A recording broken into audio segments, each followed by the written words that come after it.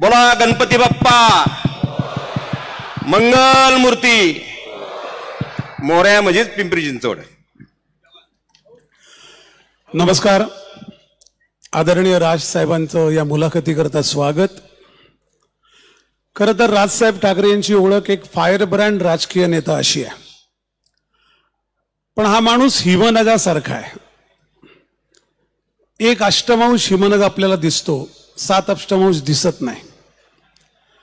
किती लोकांना माहिती आहे की तरुणाईच्या हृदयावर स्वार असलेला हा नेता एक अत्यंत विचक्षण असा संगीतकार आहे, व्यंगचित्रकार आहे, अर्कचित्रकार आहे, अभिजात कलेची पालखी वाहणारा कलावंत आहे, अत्यंत चोखंदळ आणि व्यासंगी असा वाचक आहे, निर्माता आहे. अष्टपैलू वगैरे शब्द आपण वापरून गुळगुळीत केलेत, पण असा हा एकमेव राजकारणी नेता आहे ज्याच्या आयुष्याला कलेचे पैलू आहेत. एखाद्या साहित्याची आवड असणं वेगळं आणि आकलन असणं वेगळं. एखाद्या चित्रशिल्पाची खूप त्याबद्दल प्रेम असणं वेगळं आणि त्याचं आकलन समज असणं वेगळं. राज ठाकरे, मला आत्ता असं वाटतं की तुम्ही महाराष्ट्रातले एकमेव राजकीय नेते आहात ज्यांच्या कलेबद्दलची किंवा समज, आकलन, त्याबद्दलचं प्रेम, त्याबद्दलचा सगळा ओढा हा इतर कुठलाही राजकीय नेता मला आत्ता दिसत नाही की जो आहे. आणि ते सगळ्यात मोठ्या आशेचं स्थान आहे. आणि असा कलासक्त माणूस नाट्यसंमेलनात असणं ही आपल्या जमेची बाजू आहे. कारण या व्यासपीठावर कालपासून खूप राजकारणी वावरून गेलेत, अजून येतील. पण इथे एक फक्त कलेवर निस्सीम प्रेम करणारा माणूस आहे. त्यामुळे तुमचं मनापासून स्वागत. असं म्हणलं जातं की मराठी माणसाचं पहिलं प्रेम नाटक, हे सगळं वाक्य आपण नेहमी ऐकतो. आपल्याला नाटक आवडतं किंवा एखाद्या अभिनयावर आपल्याला आपलं प्रेम आहे, याची पहिली जाणीव तुम्हाला कधी झाली?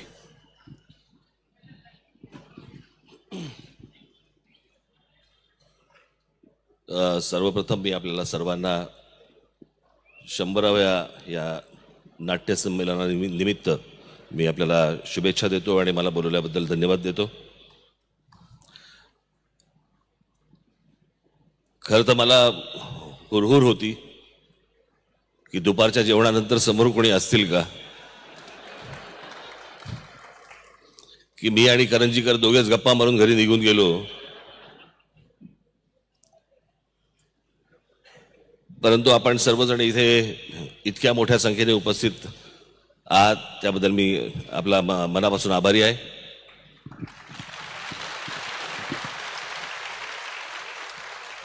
खरं तर मला विषय दिला होता की नाटक आणि मी. खरं तर मी थोडासा बदलायचा विचार करत होतो की मी आणि माझी नाटकं, तो जास्ती रंगला असता असं माझं मत आहे. पण आता रसच नसेल ह्यांना तर मी तरी काय करणार.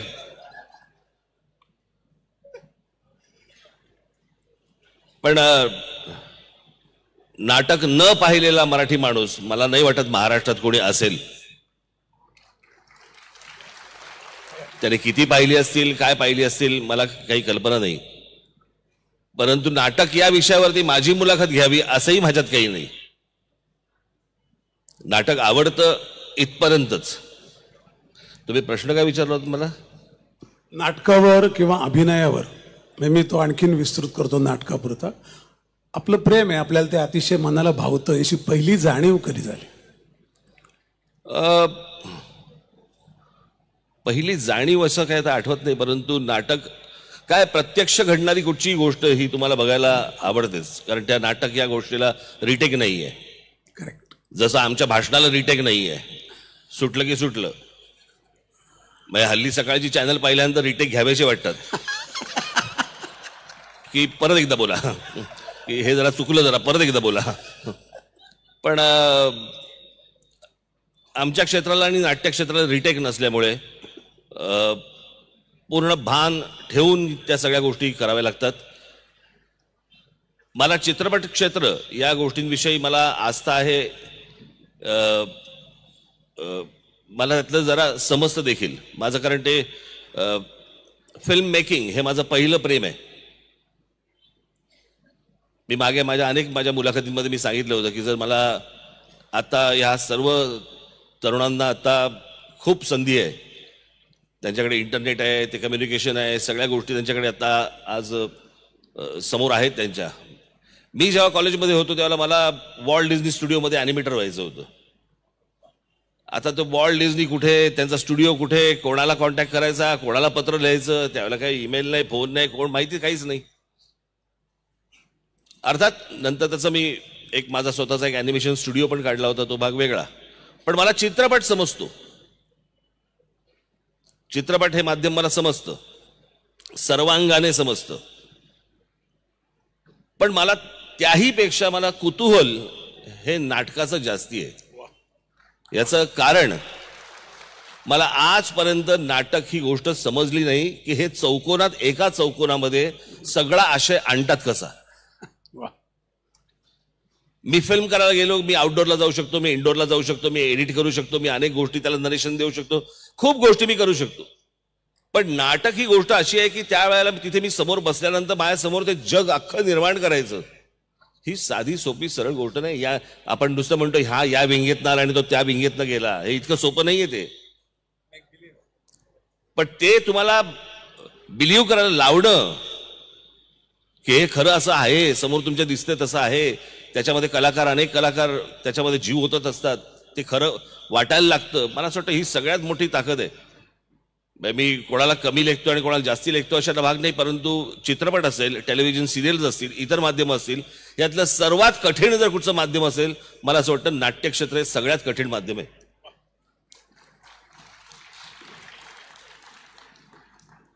अजून एक कॉमन दुवा आहे, मराठी माणसांच्या असण्यावर नितांत प्रेम असणारा हा नेता आहे.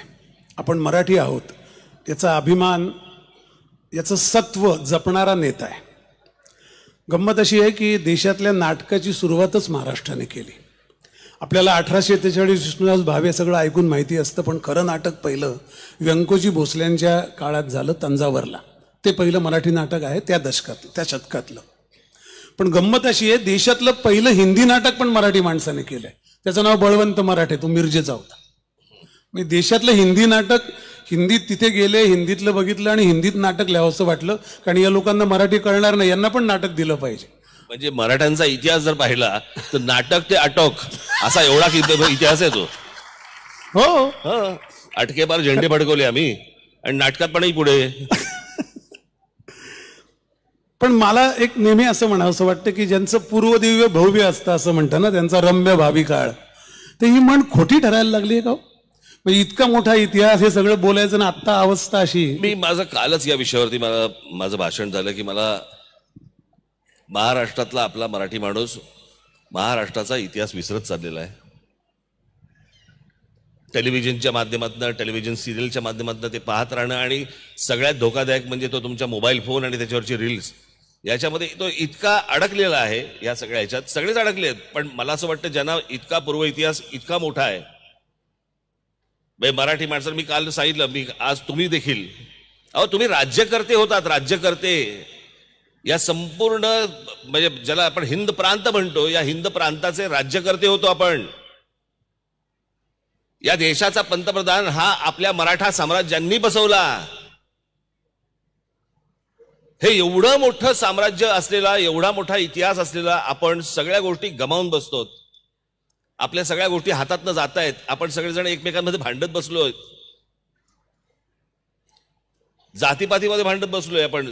आणि ही जातपात आता नुसती फक्त तुमच्या राजकारणापुरता मर्यादित राहिलेली नाही, ती नाटकात आली आहे, सिनेमात आली आहे, खाली कॉलेजमध्ये गेली आहे, शाळांमध्ये गेली आहे. आपण सगळंच विसरत चाललेलो आहोत.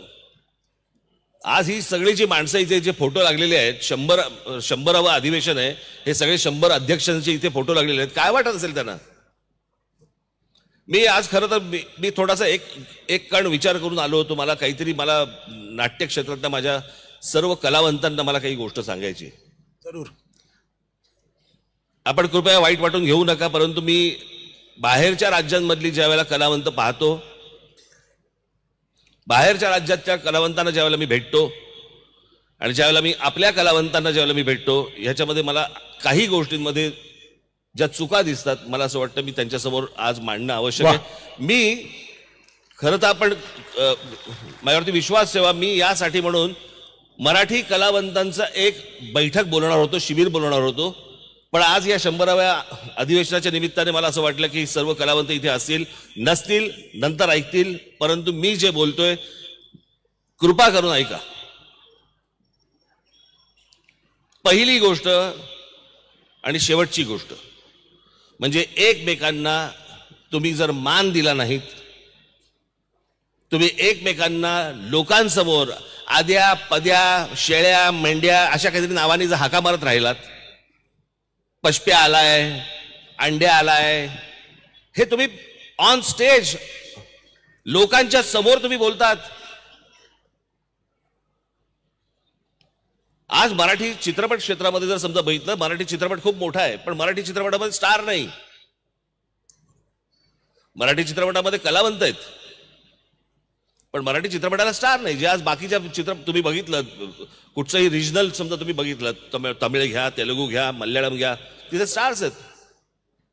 महाराष्ट्रामध्ये स्टार्स होते, आजही अनेक कलावंत आहेत ज्यांच्यामध्ये ती सगळे गुण आहेत.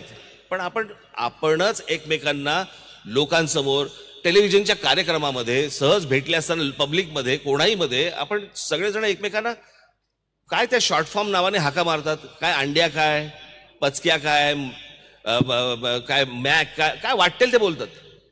तुम्ही जर तुमचा मान राखला नाही लोक का तुम्हाला मान देतील.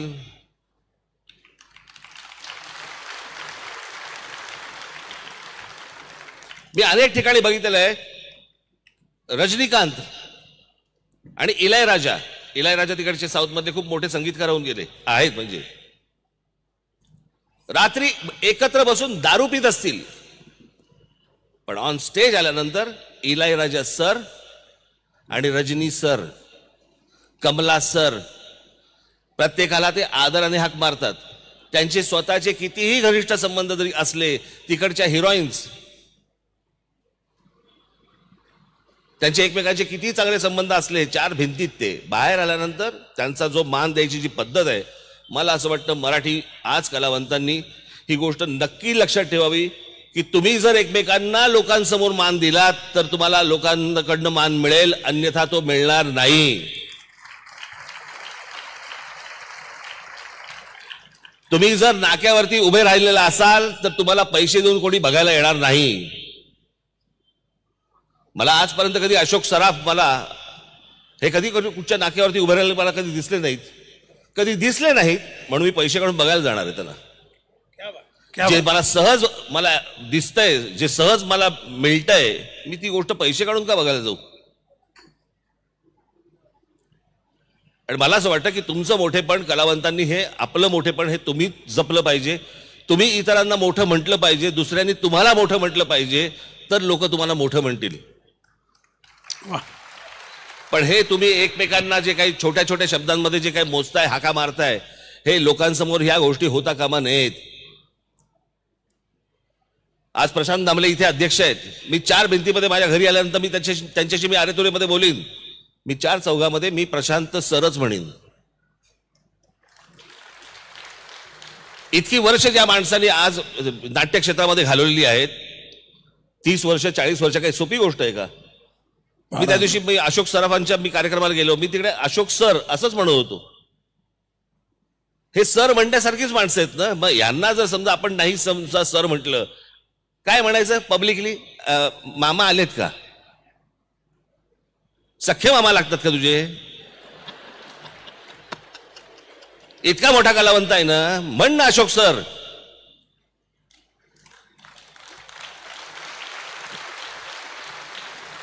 कशासाठी, म्हणून ही आपुलकी जी आहे, ही आपुलकी तुमच्या चार भिंतीत ठेवा, घरात ठेवा. लोकांसमोर ज्या वेळेला याल त्यावेळेला तुम्ही एकमेकांना मान देऊनच बोललं पाहिजे, तरच मला असं वाटतं या नाट्य क्षेत्राला आणि चित्रपट क्षेत्राला पुढे काहीतरी चांगलं भविष्य आहे. त्यांची साधी दक्षिणेतील तुम्ही साधी लोक घ्या, आत्ता आलेली, खरंय, कसे नम्रपणे बसलेले असतात, कसे त्यांच्याशी वागत असतात, कसे बोलत असतात, एकदा त्यांना ऑब्झर्व करा. अदब असतं, खरंय. आपल्याकडे कोणी येतंय, खांद्यावर हात टाकतंय, काही बोलतोय, काही चाललंय, सगळेच करतात असं काही माझं म्हणणं नाही, परंतु मला असं वाटतं की जे काही मी आजपर्यंत पाहिलेलं आहे ते हेच पाहिलंय आणि याच्यात सुधारणा होणं गरजेचं आहे. साधी गोष्ट लक्षात घ्या, अगदी साधी गोष्ट. आता मी तुम्हाला अगदी राजकीय दृष्ट्या मी समजून सांगतो. आता मी इथे व्यासपीठावरती बसलेलो आहे आणि समजा इथे शरद पवार साहेब समजा इथे आले, मी त्यांना वाकून नमस्कार करीन. माझ्या महाराष्ट्रातला एक बुजुर्ग नेता आहे. व्यासपीठावरती राजकीय दृष्ट्या काय बोलायचंय हा विषय वेगळा आहे. मला असं वाटतं की तुम्ही उलट करतात.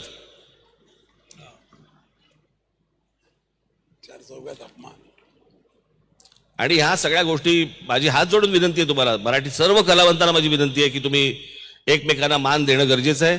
संपूर्ण नावाने हाक मारणं तुम्ही गरजेचं आहे. त्याच्या काय त्याची वर्ष किती गेली आहेत त्याच्याप्रमाणे तुम्ही त्यांना सर म्हणणं किंवा काय म्हणणं हे गरजेचं आहे. अरुण सरनाईक यांना मला नाही आठवत अजून कोणीतरी आरू बिरू हाक मारलेली. मला नाही आठवत कोणी श्रीराम लागूंना शिरू किंवा काही अशी हाक मारलेली. लागू साहेब आलेत किंवा लागू सर आलेत आणि त्या लोकांनी देखील तेवढा त्यांचा आप राखलाच होता. मला असं वाटतं आज या कलावंतांनी ही गोष्ट सांभाळणं खूप गरजेचं आहे.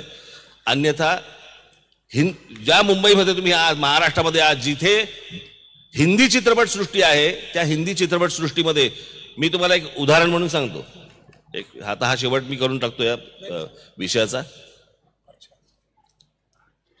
मी मध्यंतरी एका डिरेक्टरना भेटलो, मला ते भेटले, आम्ही माझे मित्र आहेत ते. एक आम्ही मराठी कलावंताबद्दल बोललो. त्याने विचारलं कौन है ये? मैंने कभी सुना नहीं नाम. 4-5 चित्रपटामध्ये कामं केले ना हिंदीमध्ये. अरे मैंने नाम नहीं सुना कभी. मी त्याचं उर्फ नाव सांगितलं. अरे वो तो उसको तो मैं मिलता हूं, अच्छा लड़का है. म्हणजे तिथपर्यंत ख्याती पोहोचली तुमची असल्या नावांची. पण तीच गोष्ट ज्या वेळेला मी अशोक सराफांबद्दल बोलतो, लक्ष्मीकांत बेर्डेंबद्दल बोलतो, कुठच्याही हिंदी माझे जेवढे माझे मित्र परिवारातले आहेत त्यांचे, ते कधी त्यांना कुठच्या उर्फ नावाने अरे अशोक सर क्या काम करताय आदमी असंच म्हणतात. आणि मला असं वाटतं आजच्या या 100व्या नाट्य संमेलनाला सर्वांनी शपथ घ्यायला पाहिजे की आम्ही असल्या प्रकारची कुठचीही नावाने कोणाला हाका मारणार नाही. आम्ही सगळ्यांना एकमेकांना मान देत राहू आणि मान घेत राहू. वा. त्याच अशोकजींच्या कार्यक्रमात तुम्ही एक वाक्य बोलला होतात की कलावंत नसते तर हा देश अराजकाकडे गेला असता. रोज उठून आभार मानले पाहिजे त्यांचे. खरंय. आणि मला असं वाटतं की सगळे स्तर खालावले याचं कारण तेच आहे. म्हणजे एक हे झालं उल्लेख अतिशय क्षुद्र याच्यात करणं आणि दुसरं कलावंतांची संख्या कमी होणं म्हणजे बकालतेकडे जाणं हे इन्व्हर्सली प्रपोर्शनल आहे. मला नेहमी असं तुम्हाला वाटतं की हे जे तुम्ही म्हणलात आणि तुम्ही अजून एक वाक्य म्हणलात की मी कृतज्ञ आहे या अवस्थेला या दर्जाला आणून ठेवल्याबद्दल कलावंतांचा कृतज्ञ आहे. पण हे कोणी मला दुसरं राजकारणी कधी म्हणल्याचं ऐकिवात सुद्धा नाही. म्हणजे खाजगीत म्हणले असतील कुठल्या मुलाखतीत, पण असं जनरल त्यांचं ते ठाम मत आहे असं वाटलं नाही. तर तुम्ही जे ते म्हणालात ते थोडं मला असं वाटतं विशद करून इलॅबोरेशन करून सांगावं. तुम्ही 2 उदाहरणं पण तेव्हा दिली होती. ते काय 1947 साली स्वातंत्र्य मिळालं, 52 साली पहिली निवडणूक झाली, त्याच्यानंतर अनेक सरकारं आली. गेले 70 वर्ष मला कित्येकदा मला निवडणुका लढवताना पण मला अनेकदा लाज वाटते. मी ज्यावेळेला महाराष्ट्रामध्ये जेव्हा जातो त्यावेळेला मला असं वाटतं अरे माझा काकाही हेच म्हणायचा, माझा आजोबाही हेच म्हणायचा, मी तेच म्हणतोय. मी तिथे सभेला गेल्यानंतर मी तिथल्या लोकांना काय सांगतोय, मी तुम्हाला पाणी देईन, मी तुम्हाला रस्ते देईन, मी तुमच्याकडचं लोडशेडिंग कमी करून मी तुम्हाला वीज देईन. 70 वर्ष आम्ही त्याच विषयांवरती निवडणुका लढवतोय. आम्ही पुढे कधी जाणार? आणि या सगळ्या परिस्थितीमध्ये विचार करा, जर आपल्याकडे कलावंत नसते, चित्रकार नसते, शिल्पकार नसते, कवी नसते, लेखक नसते, कलाकार बाकीचे चित्रपट कलाकार असतील, नाट्य क्षेत्रातले कलाकार असतील, गायक असतील, ही मंडळी जर समजा नसती या देशात कधीच अराजक आलं असतं. आज आपल्या बाजूला असलेल्या पाकिस्तानची अवस्था आपण बघतो. आज ह्या सगळ्या तुम्हा लोकांमध्ये हा देश गुंतून पडला. तुमच्यावर त्यांनी प्रेम करतो, तो प्रेम करत आला, तो गुंतून पडला, म्हणून या बाकीच्या गोष्टींकडे दुर्लक्ष झालं. वा, ते आत्मभान आणि असलं. त्याच्यामुळे मी नेहमी मी तुम्हाला सगळ्यांचे खरंच आभार मानत आलो की ही मंडळी जर समजा नसती तर या देशात काय झालं असतं. आज तुम्ही मला सांगा, संध्याकाळच्या टेलिव्हिजन सिरियल्स बंद करून टाका, काय नीरस, काय आक्रोश होईल तुम्ही बघा एकदा. नीरस होईल पूर्ण, हं? नीरस होईल सगळं. खऱ्या सासूसुरांमध्ये लागतील. मग तिकडे दुर्लक्ष झालंच असेल ना सिरियलमुळे. तुम्ही अजून एक तुमच्याबद्दल सांगायचं, आणि मी मुद्दामून या गोष्टी मांडतोय मुलाखत असली तरी. सत्ता असो नसो, कलावंतांच्या पाठीशी उभे राहणारे तुम्ही एकमेव नेते आहात. आणि हा मुलाखतीचा विषय म्हणून मी बोलत नाही, मला तोंडावर काही स्तुती करायची गरज नाही. मला असं जाणवलंय, आणि मी तर अनेक वर्ष परदेशात होतो, आल्यावर जाणवलं, तर काही प्रॉब्लेम असतील कुठल्याही कलावंताचे, तुमच्याकडे लोक येतात. याचं मर्म काय असेल? म्हणजे तुम्ही कामं करतात हा भाग आहे, पण यावंसं वाटणं इथे त्याची सुरुवात आहे मला वाटतं. आणि ती वाटत नाही इतर कोणाबद्दल, किंवा ते होईल असं वाटत नाही. ते आता मी काम करतो, पण त्यांना काय हवं असं वाटायचं उत्तर नाही माझ्याकडे. असं तुमच्या म्हणजे एक त्याच्या विचारात असेल ना. त्यांचा विषय संपल्यावर थोडासा चार गोष्टी जरा जास्ती बोलत असतील त्यांच्या बरोबर म्हणून. नाही इतकंच नाही, मला माहित नाही. मला असं नाही आहे, मला असं वाटतं बाकीच्याही इतर राजकारणाकडे कलावंत जात असतील ना, अशातला काही भाग नाही. तिथेही कामं होत नसतील अशातलाही भाग नाही आहे. कलावंत किंवा कला ह्याच्याबद्दलच्या फक्त माझ्या जाणीवा जाग्या आहेत एवढं निश्चित. हा भाग तो रिफ्लेक्ट होतो. आणि मी प्रत्येक वेळा मी विचार करत असतो, मी भाषण करताना पण विचार करतो, मी भाषण द्यायच्या अगोदर पण मी विचार करत असतो. तसं मला असं वाटतं, मी नेहमी असा विचार करतो, जो कलावंत माझ्याकडे आलाय, जो माणूस माझ्याकडे आलाय, मी त्याच्या चपलेत पाय घालून बघतो. की समजा तो मुलगा आलाय, मी तुम्हाला एक उदाहरण म्हणून सांगतो. एकदा माझ्याकडे एक मुलगा आला होता, त्याची आई पण बरोबर होती, आणि तो असं बोलत असताना मला असं जाणवलं की मी बोलतोय आणि माझी आई बाजूला उभी आहे. क्या बात. तर माझी काय परिस्थिती होईल ही मला असं वाटतं, आपण जर समोरच्याच्या चपलेत पाय घातला तर ते प्रश्न लवकर सुटतात. आणि म्हणून म्हटलं होतं ना की तुमच्या जर जाणीवा जाग्या असतील तर त्या गोष्टी होतात. आणि काय बघा, मुळात पहिली गोष्ट सरकार आहे, ते काय कोणाचं सरकार नाहीये. आज ह्यांचं आहे, उद्या त्यांचं असेल, परवा दुसऱ्या कोणाचं असेल. प्रश्न असा आहे की लोकांच्या टॅक्सवरती हे सरकार चालतं, आणि लोक तिथे कामासाठी येतात. लोकांचा टॅक्स लोकांना परत करायला तुमच्या बाबाचं काय जातंय? आणि मला असं वाटतं की ती गोष्ट असते, ती सोपी गोष्ट असते. आणि मला ते पाहूया, करूया, बघूया, ते कधी दिवसच येत नाही. मला असं वाटतं, म्हणजे माझं मी ऑब्झर्वेशन सांगतो, स्टार यार कलाकार हे तुमची हे आहे. म्हणजे मला असं वाटतं की एक त्यातला मित्र आहे ना, तो तुमचा जिवंत असतो. लोक येतात तेव्हा आपलेपणाशिवाय कोणाला जावं असं वाटत नाही. सरकारी अधिकाऱ्यांकडे लोक जात नाही, याचं कारण ते आहे, त्यांच्याला माणूस तेवढा हे नसतो कदाचित लोकांना वाटेल असा, तो तुमचा असं मला वाटतं. दुसरा एक वैयक्तिक मित्र आलेले जे नाट्य कलावंत वगैरे असतं, मी मित्र पटकन करून घेतो, मैत्रिणी नाही. अगदी खरं, मैत्री नाही खरं. लता मंगेशकर आणि तुमचा, म्हणजे मी नाटक आणि मीच्या मुद्दामून बाहेर जातोय, कारण कलासक्त राज असा खस तर माझ्या डोक्यात हे होताच. लता मंगेशकरांनी तुमचे फारच जवळचे संबंध होते. म्हणजे मला जे माहिती आहे की त्यांच्या नोटेशन्स त्यांनी तुम्हाला एका मखमली पेटीत घालून तुमच्याकडे ठेवायला दिल्या आहेत. आज हे फार फार मोठी गोष्ट आहे. ते समोरचा माणूस तसा असल्याशिवाय कोण देणार नाही. त्याच्याबद्दल थोडं सांगाल का, त्या रिलेशनबद्दल, त्या सगळ्या अवकाशाबद्दल?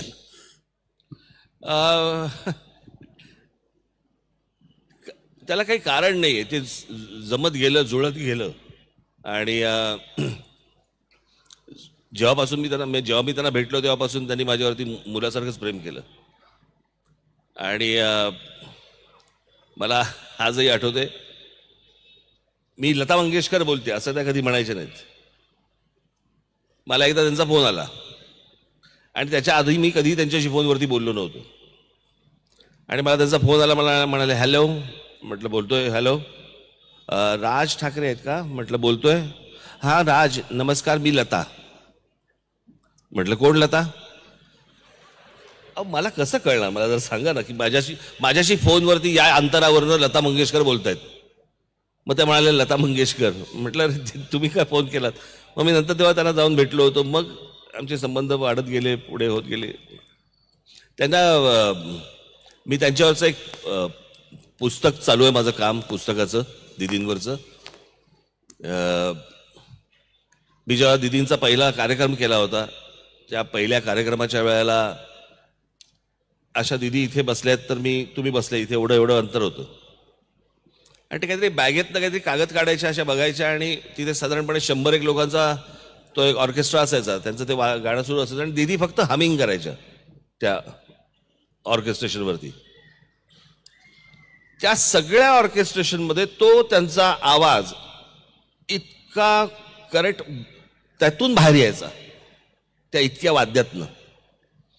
मी एकदा तो लांबून जाऊन ऐकला, तिथेही यायचा. तुम्हाला अतिशयोक्ती वाटेल या गोष्टींची, पण मी इतका शार्प आवाज मी कधी कोणाचा ऐकलेला नाही होता आणि ऐकू पण शकणार नाही. एके दिवशी मी दुसरा माझा कार्यक्रम झाला, त्यांचा तिसरा कार्यक्रम माझा झाला, आणि मी एकदा विचारलं, म्हटलं दीदी तुम्ही ही गाणी जी काय वाचता लिहिता ती काय आहे, म्हणजे लिहून काढलीत का तुम्ही? मला बोलले, म्हणे राज काय आहे, पूर्वीच्या काळामध्ये माझ्या जे कवी असायचे ते उर्दूत लिहायचे. काही कवी होते त्यांचं अक्षरच लागायचं नाही, आणि संगीतकार म्हणे आम्हाला जेव्हा गाणं समजून सांगायचे त्यावेळेला ह्यांचं अक्षर लागलेलं नसायचं, काहीतरी उर्दूत लिहिलेलं असायचं. त्याच्यामुळे मी ते सगळंच्या सगळं गाणं मी माझ्या हस्ताक्षरात उतरवून घ्यायची, आणि मग त्या लिहिण्यात गातानाचा मी श्वास कुठे घ्यायचा आहे, कुठे सोडायचा आहे वगैरे, या सगळ्या कुठच्या अक्षरावरती मी जोर द्यायचा आहे, हे सगळे त्याची नोटेशन्स त्याच्यामध्ये आहेत त्या सगळ्याच्यात.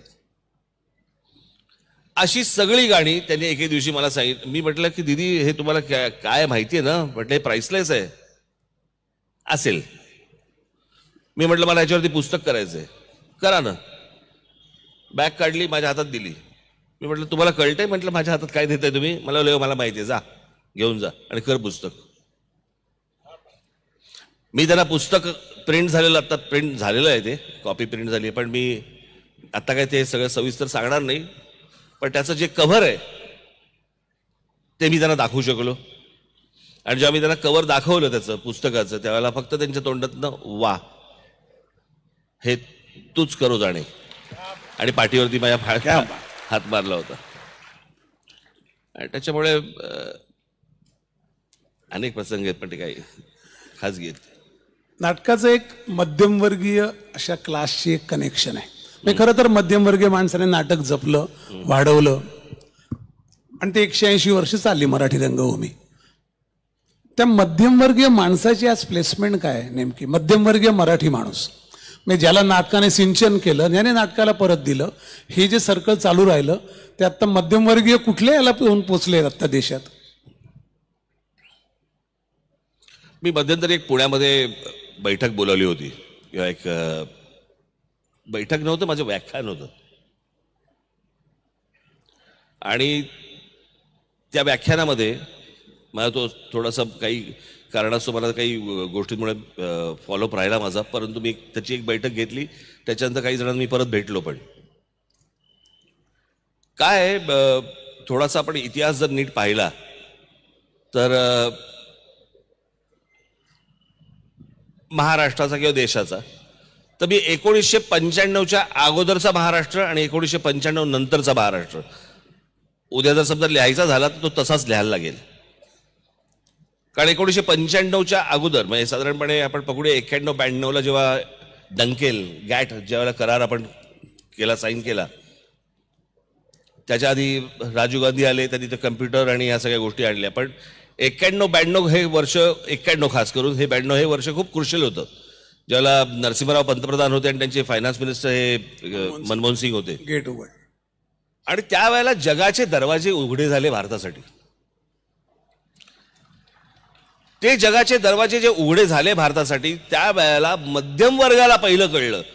ह्यातली सगळ्यात महत्वाची गोष्ट लक्षात घ्या, राजकारण, समाजकारण, संस्था, चळवळी सगळ्या गोष्टी या फक्त मध्यमवर्गीयांच्या हातामध्ये होत्या.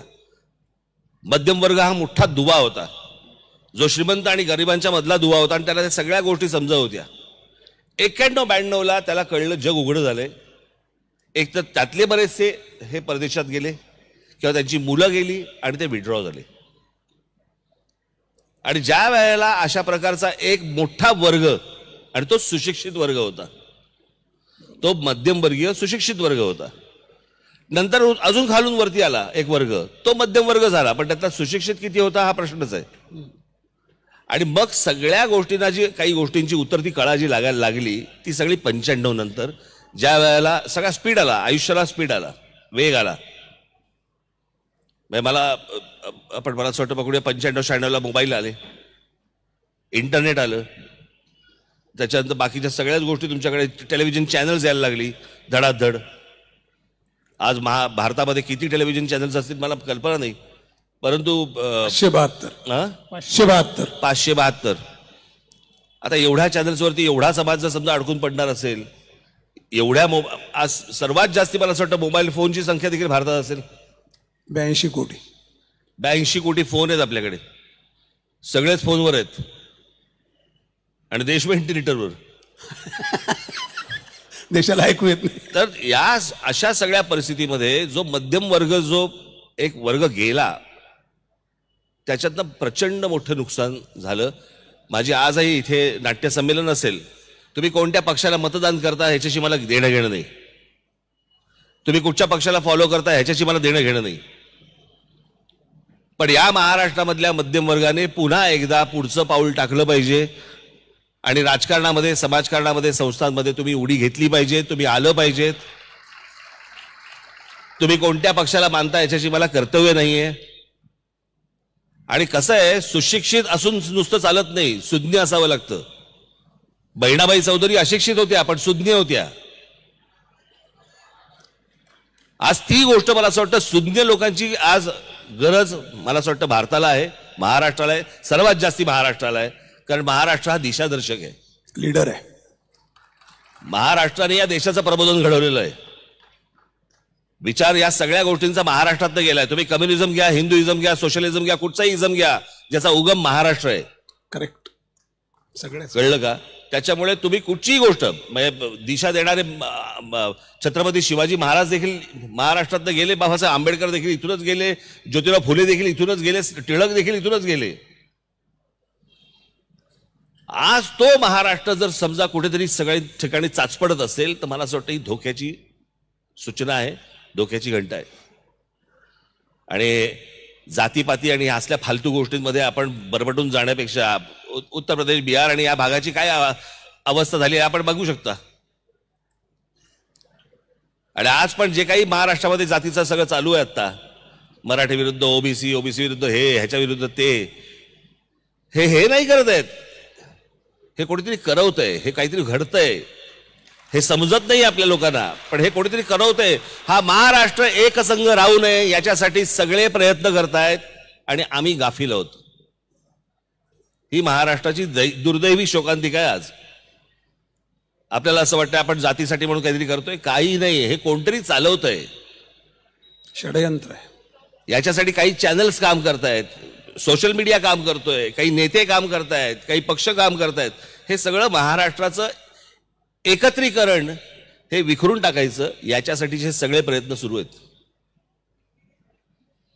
आणि मला असं वाटतं महाराष्ट्रातल्या मराठी माणसाला जर समजा आजही भान घेणार नसेल या गोष्टींचं, आणि त्याच्यात आमच्या देशातले, राज्यातले जे सगळे काय नेते मंडळी आहेत मशगूल आहेत त्यांच्या सत्तेत, महाराष्ट्र म्हणून कोणी विचार करायला तयार नाही. कधीतरी महाराष्ट्रावरची पुस्तकं खरंच काढा आणि एकदा वाचा, मग कळेल आपली काय ताकद होती, किंवा रादर आज ताकद आहे आपली. सगळ्या गोष्टींमध्ये महाराष्ट्र हा पुढारलेला आहे. मला अनेकदा ते मागे एकदा ते हे बोलले होते नाही का, कोण तुमचे एक राज्यपाल होते, की इकडचे जर समजा गुजराती मारवाडी हे जर समजा महाराष्ट्र सोडून गेले, महाराष्ट्र सोडून गेले तर काय होईल महाराष्ट्राचं. मी म्हटलं पहिल्यांदा ते त्यांचं राज्य सोडून आले का हे पहिलं विचारा ना त्यांना.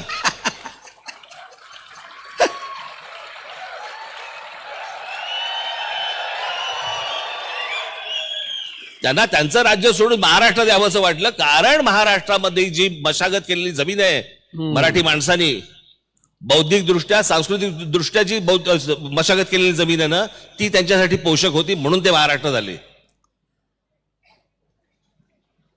जा सांगा म्हणून, जातील का बघा, तिथे जाऊन करतील काय जाऊन. मला अजूनही कळलेलं नाही ते बुलेट ट्रेनचं. 2 तासामध्ये का 2 तासात काहीतरी मुंबईवरनं अहमदाबादला 2 तासात जाणार. काय करणार, जाणार ढोकळा खाणार परत येणार, काय करायचं काय.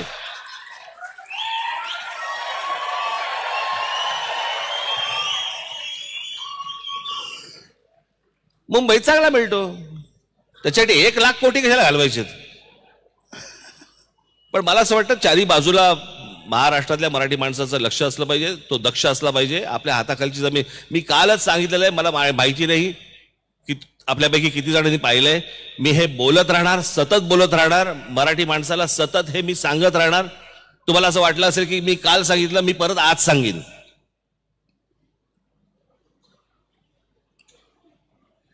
आपण ज्याला जगामध्ये, आपण ज्याला इतिहास म्हणतो, आम्ही जो इतिहास वाचला जे सांगतो, तो संपूर्ण इतिहास हा भूगोलावरती अवलंबून आहे.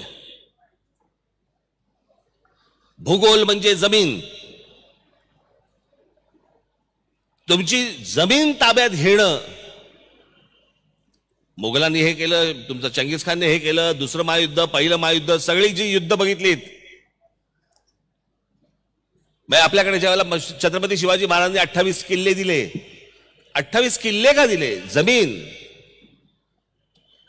सो भूगोल हा काबीज करण्यासाठी ज्या लढाया झाला त्याला आपण इतिहास म्हणतो.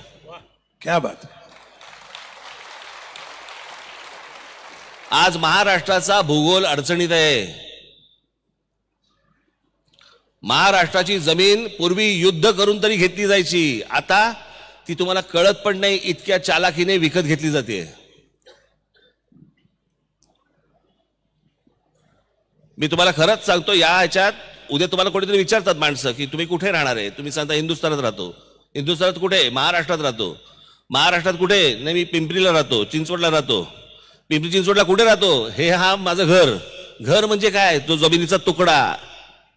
तो जमिनीचा तुकडा म्हणजे तुमचं अस्तित्व. ते जर अस्तित्व जर समजा तुमच्या हातातनं गेलं, तुमच्या पायाखालून जर गेलं, कोण तुम्ही. तुमची भाषा जर समजा तुमच्या राज्यामधनं निघून गेली आणि दुसऱ्या भाषा यायला लागल्या, कोण तुम्ही. आपण जातीपातीमध्ये, इतर गोष्टींमध्ये इतके मशगूल झालो की आपण आपलं स्वतःचं काय आहे हेच हरवून बसलो.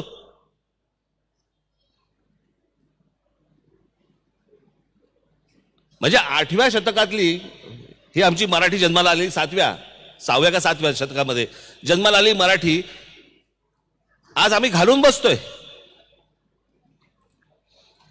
आज आम्ही आमची जमीन घालून बसतोय. आता मी कालच बोललो, मी तो शिवडी नावाशिवाय रस्ता होतोय, रायगड जिल्हा पहिला बर्बाद होणार, कारण आमचं लक्षच नाहीये. बाहेरचे लोक येत आहेत, जमिनी विकत घेत आहेत, खरेदी करतायत. आमचाच माणूस तिकडचा एक तर तिकडे नोकर म्हणून राहील किंवा रायगड जिल्हा सोडायला लागेल.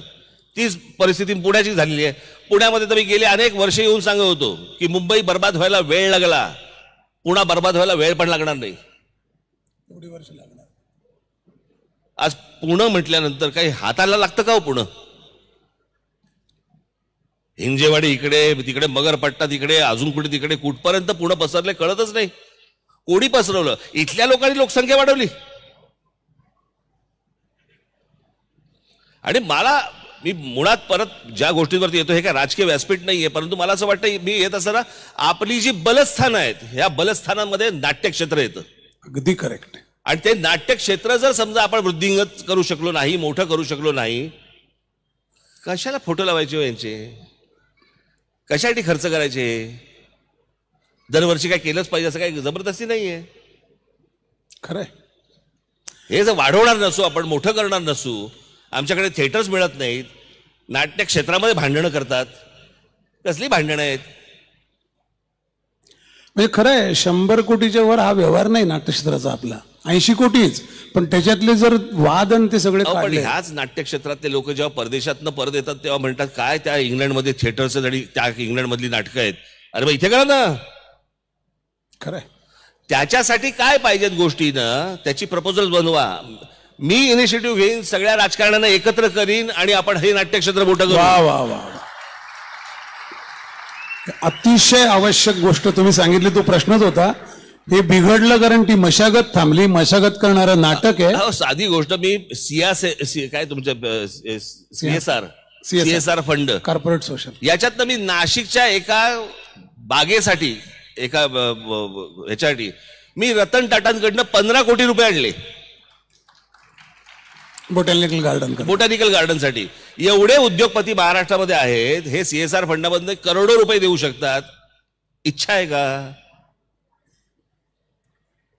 मी आता हे संमेलन झाल्यानंतर मी नाट्यक्षेत्रातील लोकांशी बोलून मी एकदम, परंतु या सगळ्या गोष्टीचा एक कुठेतरी हब केला पाहिजे की सगळी नाट्य थिएटर्स एका बाजूला असतील, तिकडेच हॉटेल्स असतील, लोक तिकडे येतील. आज बघा तुम्ही न्यूयॉर्कला समजा गेलात, न्यूयॉर्कला थिएटर्स आहेत. अमेरिकेतनं सगळीकडनं माणसं विमानाने नाटक पाहायला येतात, 2 दिवसासाठी शनिवार रविवार येतात, परत जातात. पण ते नाटकच इतकं मोठं करतात. मला असं वाटतं की मोठा विचार महाराष्ट्राने पुन्हा एकदा करायला सुरुवात केली पाहिजे. छत्रपतींच्या रूपाने आपला त्यावेळेला मोठा विचार झाला, त्याच्यानंतर अनेक लोकांनी त्याचा महाराष्ट्राचा मोठेपण जागवलं, गाजवलं. आज ही गोष्ट मला असं वाटतं आपल्या हातामध्ये आहे. करूया. नाटक द्रष्ट असतं. लखोबा लोखंडे नाटकात किती वर्षापूर्वी आले आणि आता तो मी नव्हेचे वेगवेगळ्या स्तरावरचे आविष्कार आपण बघतोय. नाटक तुम्हाला सांगतं बोला 20-50 वर्षांनी काय कोसळणार आहे. म्हणूनच त्याच्यासाठी इतिहास वाचायचा असतो. अनेक लोक अशी झाली. काय तुम्ही जोपर्यंत शिक्षा देत नाहीत ना, तोपर्यंत कोणत्याही सुधारणा होणार नाहीत. चुकीला चूक आणि बरोबरला बरोबर. काम झालं तर पाठीवरती शाबासकी, नाही झालं तर घरी बसवायचं. हे ज्या दिवशी तुमच्याकडनं होईल, आमच्या सगळे जण राजकारणातले सुतासारखे सरळ येतील. अजून एक गमतीशीर योग आहे. मला असं वाटतं ते बाकीचे लोक यायच्या आधी मला घालवा इथून. 5:45 10 मिनिटं. एक योग एक योगायोग असा आहे. मॉनिटर येणार असतील आता. जेव्हा घाशीराम कोतवाल आलं होतं तेव्हा तुम्ही वयाने लहान होतात खूप. त्याच्यावर अनेक वादळं उठली, रिॲक्शन सुटल्या. घाशीराम बसवणाऱ्या आज संमेलनाचे अध्यक्ष आहेत, आज इथे आहेत डॉक्टर जब्बार पटेल. पुन्हा तशी परिस्थिती उद्भवण्याची शक्यता आहे का? घाशीराम सारखा विषय येणं, त्या सगळ्याचे. मला असं वाटतं विषय तुम्ही कोणतेही आणले पाहिजे. मी तुम्हाला माझ्या बाबतीत मी गोष्ट सांगू शकतो, इतरांचं मला माहित नाही. पण माझ्यावरती देखील अनेक चित्रपट आले जे माझ्या खरं तर बघायला गेलं तर मला थोडंसं निगेटिव्ह कॅरेक्टर या अंगानेच मला दाखवलं गेलं होतं, बरोबर. पण मी कधीही ते चित्रपट बंद पाडण्याचं कधीही काम केलं नाही, करणारही नाही. समोरच्याला जर समजा मी विलन वाटत असेल तर विलन, लक्षात तर तोच राहतो. शेवटी और प्राणच येतं ना, अजून काय येतं. पण मला म्हणायचं एवढंच या सगळ्या ह्याच्यामध्ये की वेगवेगळे विषय मला असं वाटतं नाट्यक्षेत्रामध्ये, चित्रपट क्षेत्रामध्ये हाताळले गेले पाहिजेत. मोठे विषय हाताळले गेले पाहिजेत. जर मोठे विषय हाताळाल, काय आहे ते कोंबडा आधी का अंड आधी, याला काही उत्तर नाहीये. पण मला असं वाटतं की जर समजा चित्रपट क्षेत्राचं बघितलं तर आमचं बजेट आहे 2 कोटी, मग 2 कोटीच्या लायकीचीच कथा येते आणि मग ती थिएटरला चालत नाही आणि मग चित्रपट पडतो, मग आमचं बजेट वाढत नाही. असं करून नाही चालणार. मला असं वाटतं मोठी उडी घेणं गरजेचं आहे सर्वांनीच, नाट्यक्षेत्रामध्ये देखील आणि चित्रपट क्षेत्रामध्ये देखील. सेन्सॉरशिप असली पाहिजे का नाटकाला? म्हणजे देशातलं एकमेव राज्य आहे सांगतो माहिती म्हणून जिथे सेन्सॉरशिप आहे. देशात कुठल्याही राज्यात सेन्सॉरशिप नाही, कुठल्याही नाही. मी संगीत नाटक अकादमीवर काम केलं, पाहिलं. कुठल्याही राज्यातल्या कुठल्याही सेन्सॉरशिप कशासाठी? नाटकाच्या स्क्रिप्ट करता एक सेन्सॉरशिप असते. आपल्याकडे एक पद्धत आहे, सेन्सॉर बोर्ड आहे. ते एक स्क्रिप्ट पास करतात आणि मग नाटकं त्याची, तर नाटकाचा प्रयोग निर्माता करू शकतो. पण आताच्या नाटकांसाठी आपल्याला सेन्सॉरशिपची गरजच नाही. पण ते आहे, ते त्याच्याबद्दल सध्या खूप आहे. तर मला तुमचं खरंच म्हणजे सेन्सॉरशिप का असावी मला कळत नाही. ते एका विषयाचा भाग होता काळाचा. मला असं वाटतं, बघा मी तुम्हाला एवढंच सांगू शकेन, ज्या पद्धतीचा OTT प्लॅटफॉर्म आज लोक बघतायत, त्याच्यानंतर हे नाटक बिटक काही नाहीच आहे. आणि स्क्रिप्टवर बंदी आणि विषयावर पुस्तकावर बंदी अहो, नाही. पहिल्यांदा तुम्ही मोबाईलवर बंदी घाला हो. त्याच्यावर जे काय चालू असतं ना त्याला सेन्सॉर बिन्सॉर काहीच नाही, आईबापच नाही त्याला. झालंच तर त्याच्यामुळे पॉप्युलेशन कमी होईल, बाकी काही नाही. एक थोडं तुमचं मला असं मत पाहिजे, कारण you are a very good observer about what is happening around. ही दुरावस्था म्हणजे आपण आत्ता बोललो की आपण प्रयत्न करत नाहीत, आपण ते घेत नाही, पण या सगळ्याचं अर्थकारण इतकं कसं काय बिघडलंय नाटकाचं, जे खरं तर स्रोत आहे आपल्या याचा. नाही, माझ्याकडे याचं उत्तर नाही, कारण त्यातले तज्ञच तुम्हाला उत्तर देऊ शकतील. मी तुम्हाला सांगतो, मी त्याच्यात नाही. हा, मी त्याच्यात मला व्यवस्थित तशी गती नाही, मला त्यातली गती नाही. अरे आपण नाही, जिथे गती नाही तिथे जाऊ नये.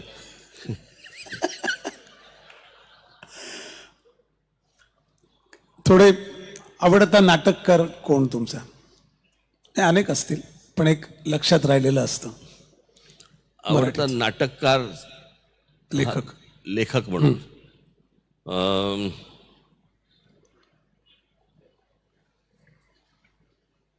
वसंत कानेटकर आहेत, PL आहेत, बरेच आहेत असे. खूप बरोबर आहे. खूप. मी असं कुठे यादी सांगत बसू. बरं, एकाचं नाव नाही घेतलं तर लोकांना वाटत जायला माहित नाही. नाही, अशा सगळेच सगळे. मला एक म्हणजे I tend to ask this question. या सगळ्या गोष्टींकडे नाटकाच्या आपण 180 वगैरे सगळं बोलतो, याच्याकडे तुम्ही बघतात. प्लेसमेंट जी आत्ता याच्या पुढे काय होईल, तुम्हाला कुठल्या वळणावर उभे आहे नाट्यसृष्टी, कुठे जाईल? हा, म्हणजे कुठे गेली पाहिजे आपण बोललो, पण आत्ता आपल्याकडे भांड्यात काय ते पाहिलं पाहिजे ना. आपण उगीच म्हणू की इकडे घेऊन जाऊ, तसं होणार नाही. ते कितपत पात्र आहे, जे काय पात्र आहे. मी तुम्हाला ते एवढंच सांगू शकीन, नाटक मोठं झालं पाहिजे. मोठं करणारे माझ्या समोर सगळे बसलेले आहेत, त्याच्यामुळे ते त्यातले तज्ज्ञ आहेत. आज जग फिरलेली माणसं आहेत ही सगळी. असं नाही की फक्त मुंबई महाराष्ट्रात फिरतायत. त्यांना त्या गोष्टींचं आकलन आहे. सरकारकडनं त्या प्रकारचं जर समजा प्रोत्साहन मिळालं तर मला असं वाटतं की वंडर्स करतील, असं माझं मत आहे नाट्यक्षेत्र आपलं. पण सरकारकडे जावं का मुळात नाटकाने? काय गरज आहे? जावं, व्यवस्था आहे. जावं ना, का नाही जावं? आपण त्यांची नाटकं नाही का बघत? ती फुकट आहेत. अरे पण म्हणून काय झालं? मग आपण का नाही जायचं? नाही, त्यामुळे त्या यंत्रणेचं एक लागून लांछन उभं राहतं. कशासाठी? म्हणून हे बघा, तो माणूस आत्ता बसलेला आहे तिथे, तो काय कायमस्वरूपी बसलेला नाहीये, आणि त्याच्यावरती आता लोकांनी त्याच्यावरती जबाबदारी टाकली आहे म्हणून तो बसलाय. ही लोकांची जबाबदारी आहे ना, पण त्यांनी लोकांची जबाबदारी सांभाळणं गरजेचं आहे. या लोकांच्या गरजा आहेत, जनतेच्या गरजा आहेत, त्यांनी हाताळल्याच पाहिजेत. पण ते हाताळत नाही असं लक्षात आल्यावर प्रश्न असा आहे की साखर कारखान्यांना पैसे जावेत का न जावेत हा एक वादाचा विषय, नंतर बोलू. पण तिकडे जर समजा 2-2, 5-5 हजार कोटी रुपये जात असतील तर 500 कोटी रुपये नाट्यसंस्थेला यायला काय हरकत आहे? बरोबर. मला वाटतं आपण शेवटाकडे येऊ. एक फक्त अॅनॉलॉजी मला नेहमी वाटते तुमच्याबद्दल मांडायची. म्हणतं बुद्धिबळ असतं, त्याच्यात सगळ्यात पॉवरफुल प्यादं असतं वजीर, जे राजकारण म्हटलं तर. पण बुद्धिबळ चालतो राजाच्या नावाने. राजाकडे पॉवर नसते, प्रतिष्ठा असते, आणि पॉवर प्रतिष्ठेला हरवू शकत नाही. पॉवर प्रतिष्ठेचे गुलाम असते. तुमच्यासारखा राजकीय नेता असणं हे आमच्या दृष्टीने प्रतिष्ठेचा विषय आहे ना, खरंच सांगतो. म्हणजे त्या प्याद्यांचे वजीर या उतरंडीत तुम्ही बसत नाहीत, हे खूप चांगलं आहे. कारण त्यामुळे तो खेळ चालू आहे, आणि तो खेळ सगळे एकाच डब्यात जातात. शेवटी राजा हरला की 2 प्रतिष्ठेचे राजा उरले तर कोणी कोणाला हरवत नाही, प्रतिष्ठा कोणाला हरवत नाही, प्रतिष्ठा दुसऱ्याला पराभूत करत नाही. तर अशा प्रतिष्ठित म्हणजे कलेच्या अर्थाने कलेचं कोंदण असलेल्या, कलेची जाणीव, त्याबद्दलचं मर्म समजणारा असा तुमच्यासारखा राजा नाट्यसृष्टीला खरोखर असला तर आनंद होईल, ही भावना व्यक्त करतो आणि थांबतो. धन्यवाद.